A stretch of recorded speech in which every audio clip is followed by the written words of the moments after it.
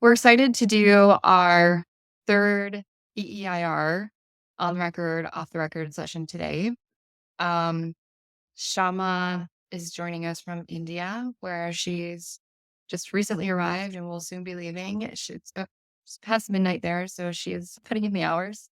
And Sharon is unable to make it today. So we are going to talk about innovation with a bit of a focus on JoyRun, Shama's exited startup, and some of the interesting, say, paths to solving the delivery challenges they focused on and going to market. So actually, do you want to introduce yourself for anyone here who is not familiar with your background? I've been in tech since 1996, started off as an engineer and then moved on to product, have done both consumer and SaaS, B2B product. My last stint was that of a co-founder for a company called JoyRun, which was a peer-to-peer community-driven delivery platform and was bought by Walmart in December of 2020.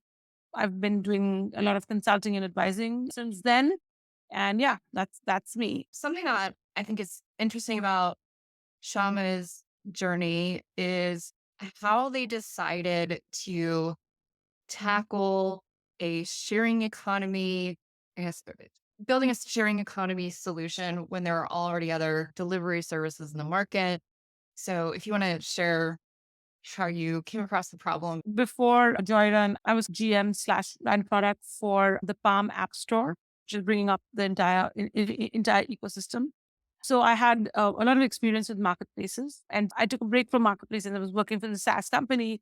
Right around that time, DoorDash and Caviar and some of the other apps, delivery apps were starting up, and they were extremely cost prohibitive. You were paying like $10, $15 for a $10 burrito, which in my opinion and lots of people's opinion was ridiculous.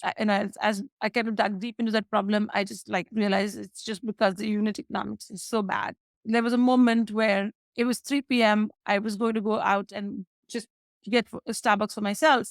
And what did I do? I kind of asked people around me, like, hey, do you want some coffee? I'll bring it back. And that's when kind of a light bulb came by, and it was like, why not have like a peer-to-peer thing where people are just kind of, doing things for each other rather than that very cost prohibitive model of standing up your own drivers and kind of just making this kind of more community driven.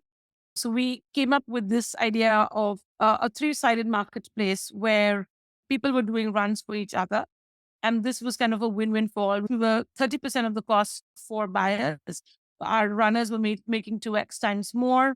And our merchant partners were we were just charging them 15 to 18% to be sustainable. We didn't need to charge the 35% that others did. It was truly peer-to-peer. We were not in the business of charging people. The price was set by the runners, and they decided how much they wanted to charge. That was our moat, and our advantage was our unit economics was just far better. We wanted to choose a market that was viral, that had a close-knit community because it was a very community-driven platform where we also wanted people to run for each other. And so we segmented the market into three market segments, which was college campuses, offices, and neighborhoods. And the college campus checked all these boxes that we were looking for.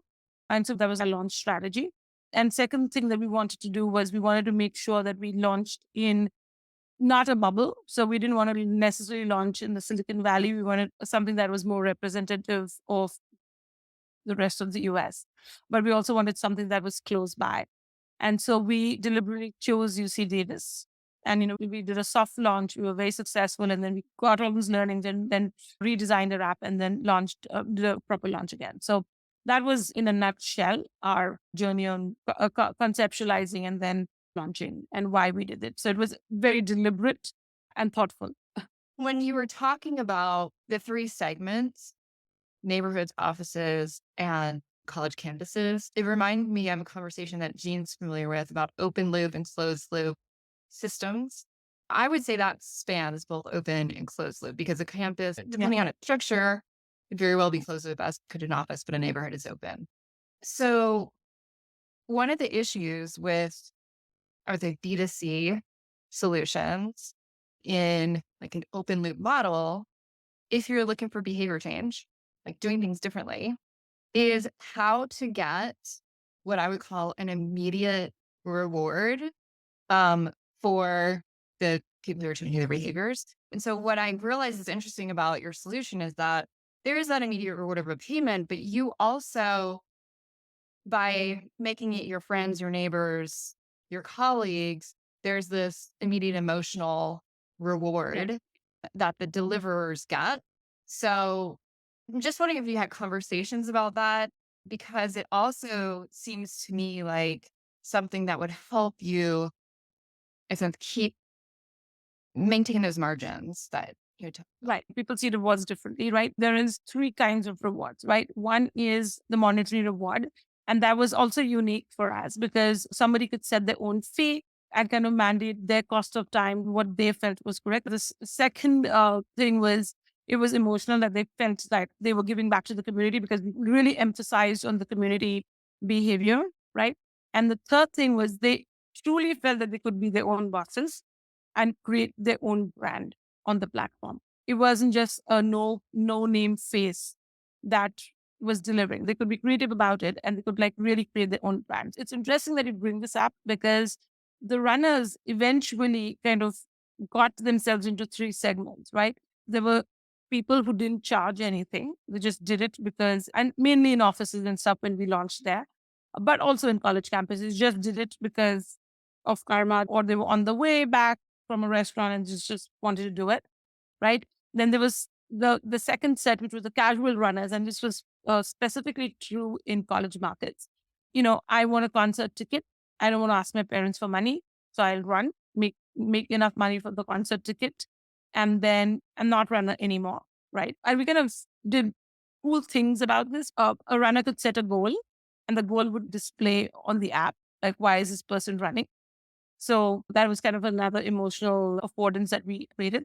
And then the third segment was the professional runners. So there were runners who actually wanted to make money on this platform. The people who actually wanted to run professionally were making 10 to 15,000 a year on college campuses. But on military bases, people were making $70,000 in San Antonio, Texas. Actually, the feedback that we got from these, and a lot of the military veterans also was the fact that they would never have done a DoorDash job or a Uber Eats job, but they would do ours because it was peer to peer. They were serving the community at the same time making money.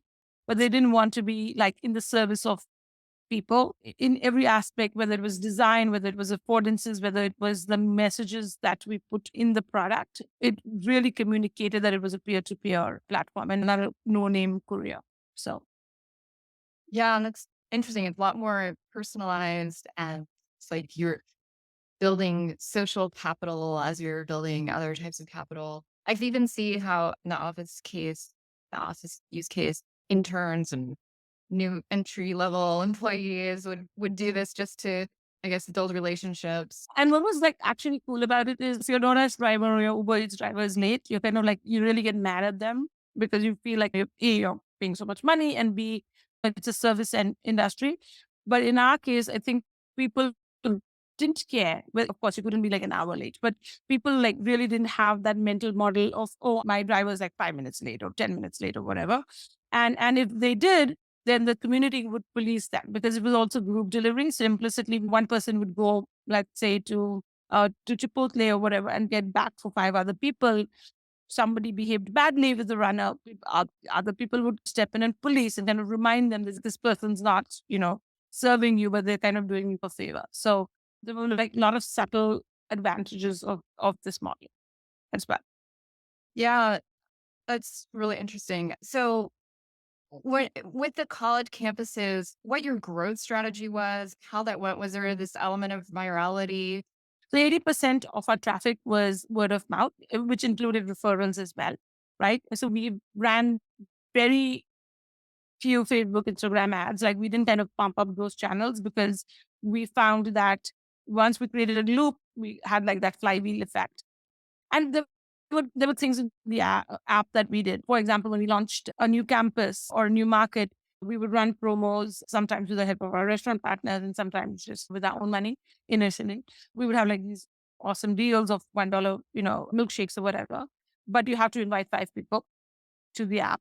And so that would create a lot of growth. So we did a lot of growth within the product. I think that was what spearheaded us. There were other things like for example, goals, right? Every runner could set a goal. I'm looking to make $50 because I want a concert to Beyonce or whatever. Were you calling that product-led growth?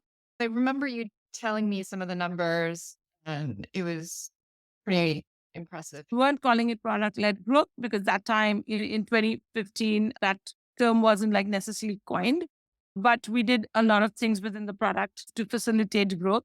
Within 6 to 8 weeks, we would achieve 10 to 15% penetration of the college campuses. So that was pretty impressive. And again, so it kind of just a hypothesis is that, they were more viral and, close-knit kind of just were validated with that.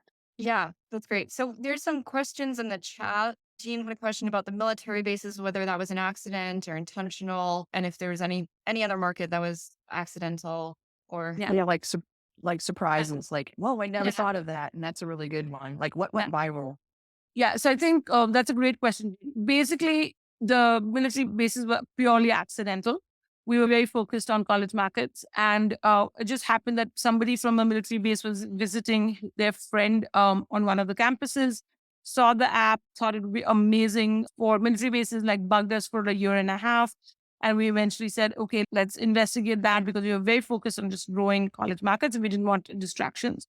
And one of our growth leads basically convinced us that we don't require any product changes or any changes from a playbook perspective. And so we launched in Lackland, San Antonio, the Air Force base there, and it just took off. Like within a week or two, it just literally took off. It was incredible. So yeah, it was a happy accident. I'm glad we eventually went there. But we were reluctant because we really wanted to be very laser focused on college campuses. What's interesting about that is military communities can be very tight knit and have a strong sense of community. So it's almost like they were primed for community oriented solutions. Yeah. We had a lot of veterans and military spouses running, right? Because the spouses have transferable jobs and they want to earn, they want to be productive.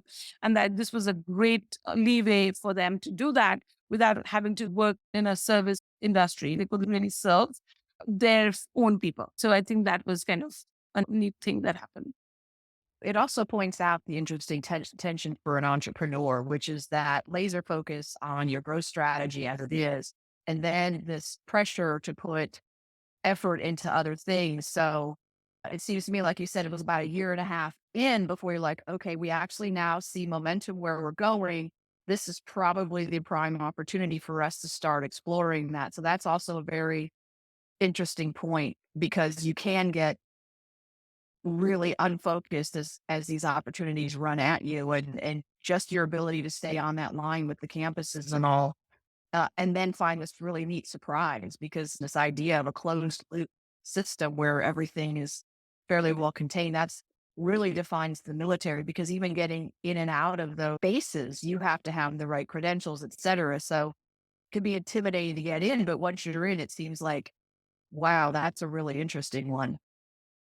Yeah. Yeah. No, it was a really neat surprise. So yeah, and very well received by the military bases. We launched 6 of them and all of them were successful. Quick question. The pay what you can model. So I've seen that in a couple different types of startups and different industries.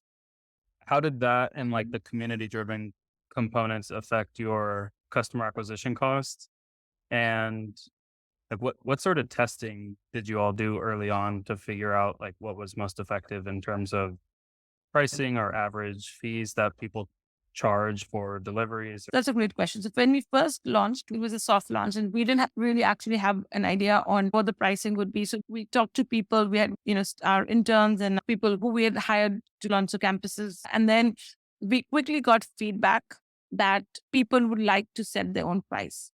But we didn't want college kids charging their friends $10 for a burrito. So we capped it at $5. We did a few iterations of the price and we capped it at $5. And that was a good price. And just remember, the way our model worked is you could bring back food for more than one person. So we capped that to 5 people as well. We defaulted the price to $3. And pretty much people kept it at $3. But that was sufficient because if I'm going to Chipotle and I'm bringing back burritos for 5 people back to my dorm, I still make $15. Right? That's good. And that's great for a college kid. So We initially just went with the hypotheses and then just worked on the pricing. But early on, it was very clear to us that we were not going to be in this business of price. We are also allowed people to tip, but we never touched their tip money. We took a small fraction to cover our transactional costs from the delivery fees because we weren't keeping the delivery fees, but we did not touch their tips. If somebody tipped somebody, that was completely theirs to take. So we were different from all the others that we were trying to be very fair. And just like a side note, we didn't have ratings because who rates your friends, right? As was a peer-to-peer, I don't want to be rated. That whole model of peer-to-peer breaks. But we did give positive ratings. So we would give them badges, right? An all-star badge or a trophy badge or a champion badge. We had like 8 or 9 badges or something. It was more about positive reinforcement, but we never gave them like a 3-star or a 5-star or something.